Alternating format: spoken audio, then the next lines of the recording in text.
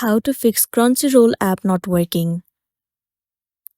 Well, the issue might arise because your application is not up to date.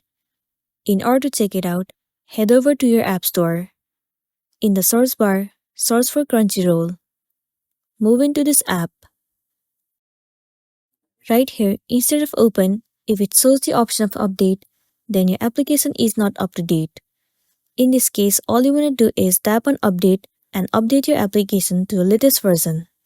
Once you have the latest version of the app, now the next step you want to do is head over to the settings of a device. Move into General.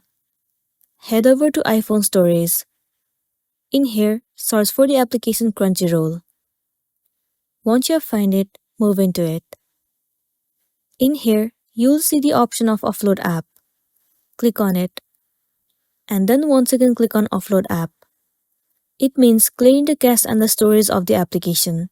Well, it will remove all of the unwanted bugs from the app and make your application run smoothly. With the help of this, it might fix the issue that you have been facing. If not, you can uninstall the application and reinstall it again.